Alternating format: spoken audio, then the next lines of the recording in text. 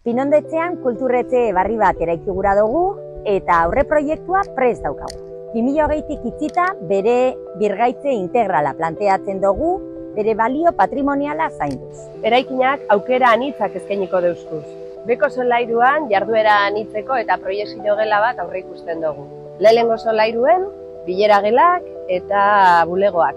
Bigarren solairuen tailer teknologikoak doaz. Eta azkenien ikusentzuneko espazio moldakor bat eukingo dugu eta kultur jarduera anitzak burutzeko espazio bat bai. Kultur disiplina desberdinak antolatzeko lanean gabiltza. Talentua sortu eta garatzeko espazio egokiak bermatuz. Inbertsio handia izango da, 2,5 milioi eurotakoa. Horregatik, bagabiltza lanean finantzaketa lortzeko.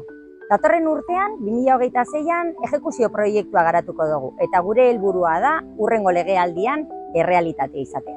Durangoren etorkizun kulturalaren aldeko apustu sendoa egiten dugu Durangarren eta sortzaileen mesedetan.